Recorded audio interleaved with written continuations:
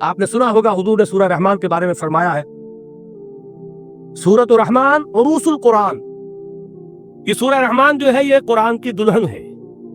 جیسے دلہن کو آپ خوشنما لباس پہناتے ہیں، آراستہ پیراستہ اس کو گہنے اور اس کو زیور پہناتے ہیں، تو جس طریقے سے سجاتے ہیں آپ دلہن کو، اللہ تعالیٰ نے ایک سورت قرآن مجید میں ایسی رکھی ہے سورہ رحمان کی، اسے خوب سجایا ہے۔ اس میں الفاظ کا در و بست، اس کا اپنا ایک ڈیوائن میوزک ہے۔ وہ تو اللہ تعالیٰ قراء جو ہے، خاص طور پر مصر کے قراء، اللہ تعالیٰ ان پر رحمت نازل فرمائے، ان کی خطاؤں سے درگزر کرے۔ جس طرح قرآن کے انٹرنسک میوزک کو انہوں نے واضح کیا ہے۔ واقعہ یہ ہے کہ اگر یہ لوگ نہ ہوتے، شیخ عبد الباسط محمد عبد الصمد، شیخ محمود خلیل الحسنی، یہ لوگ کہ جنہوں نے قرآن کے اس غنا میوزک، یہ لفظ جو ہے آپ حیران نہ ہو کہ میں یہ کشا توہین کر رہا ہوں قرآن کی، حضور نے یہ لفظ استعمال کیا ہے، تغنو، اس قرآن کو اچھی سے اچھی خوشلحانی کے ساتھ پڑھو۔ من لم یتغن بالقرآن فلیس منا، جو قرآن کو بہتر سے بہتر انداز میں، اچھی سے اچھی آواز میں، خوشلحانی کے ساتھ پڑھنے کی کوشش نہیں کرتا، وہ ہم میں سے نہیں۔ بلکہ ایک مرتبہ حضور رات کے وقت آپ گشت پر تھے اپنے ساتھیوں کے حالات معلوم کرنے کے لیے۔ حضرت ابو موسیٰ اشعری رضی اللہ تعالیٰ عنہ ایک صحابی ہیں، ان کے گھر کے پاس سے گزر ہوا، وہ رات کو تہجد پڑھ رہے تھے، کھڑے ہوئے کیف کے عالم میں قرآن تلاوت کر رہے ہیں۔ حضور کو بہت پسند آئی ان کی قرات، کافی دیر تک وہاں کھڑے سنتے رہے۔ اب انہیں کیا پتا کون سن رہا ہے، بالکل اسی طرح سمجھ لیجئے ایک بات یاد آئی ہے، حضور فرماتے ہیں کہ جس طرح کان لگا کر اللہ قرآن کو سنتا ہے، کسی چیز کو نہیں سنتا۔ ہمیں نظر نہیں آتا نا، ہمیں معلوم نہیں، ہم قرآن پڑھ رہے ہیں تو سننے والا کون ہے؟ سب سے زیادہ کان لگا کر خود اللہ۔ یہاں مجھے یاد آیا کہ ابو موسیٰ اشعری کو کیا پتا تھا کہ کون سن رہا ہے؟ وہ اپنی کیفیت میں نماز میں تہجد میں قرآن کی تلاوت کر رہے تھے، اور ظاہر بات ہے ان کے گھر ایکڑوں میں بنے ہوئے نہیں تھے، ایک ایک کمرہ، ایک ایک کوئی حجرہ، ایسے ہی تو گھر تھے نا صحابہ کے، لہذا حضور پاس سے گزرے، آواز آئی، کافی دیر سنتے رہے۔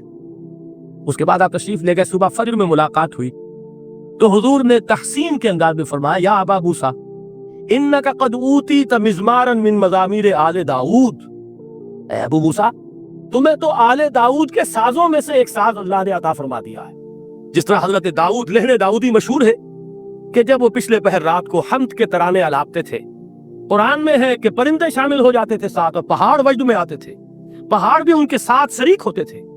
تو جس طرح کا اللہ نے ان کو لہد عطا فرمایا تھا، حضور نے تحسین کے انداز میں فرمایا ہے، ابو موسیٰ شریک، اللہ نے تمہیں بھی آل داؤد کے سازوں میں سے ایک ساز عطا فرمایا۔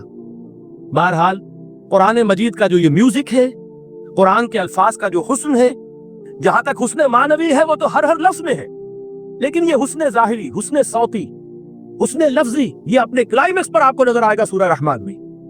لیکن قرآن میں یہ سورت اس اعتبار سے بھی ممتاز ہے، اس کی 4 آیات پر ذرا توجہ کریں گے، عجیب حقائق سامنے آئیں گے۔ جہاں یہ قرآن مجید کے حسن صوت اور حسن لفظی کی معراج ہے، وہیں اس کی پہلی 4 آیات میں 4 چوٹی کی چیزوں کا ذکر ہے، سب سے اونچی چیز ہے۔ پہلی آیت کیا ہے؟ الرحمن، ایک آیت ہو گئی۔ رحمان کیا ہے؟ اللہ کا نام ہے۔ کبھی آپ نے غور کیا اللہ کے ناموں میں سب سے پیارا نام کون سا ہوگا؟ رحمان۔ کیوں؟ اس کا مادہ کیا ہے؟ رحمت۔ ہمیں سب سے بڑھ کر جس چیز کی ضرورت ہے وہ کیا ہے؟ رحمت خدا بندی۔ نام اچھی طرح سن لیجئے اس حضور کی قول کو۔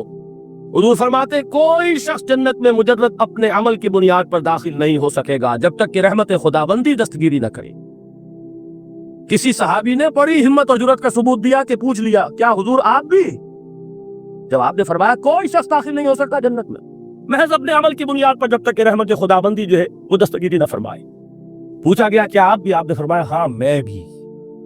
آپ انداز کیجئے کہ اگر محمد الرسول اللہ بھی رحمت خدا بندی کے ضرورت مند ہوں تو تاب دیگراں چہ رسد، ہماری تو سب سے بڑی ضرورت رحمت خدا بندی ہے۔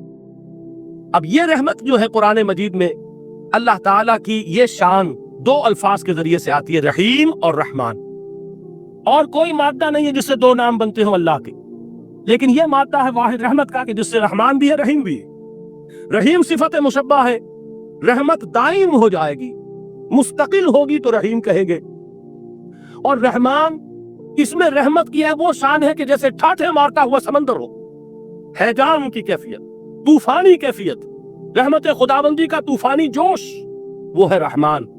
آپ تو رہتے اس علاقے میں ہیں، آپ کو معلوم ہے عرب اگر بھوکا مرا جا رہا ہو تو کیا کہے گا؟ انا جوعان،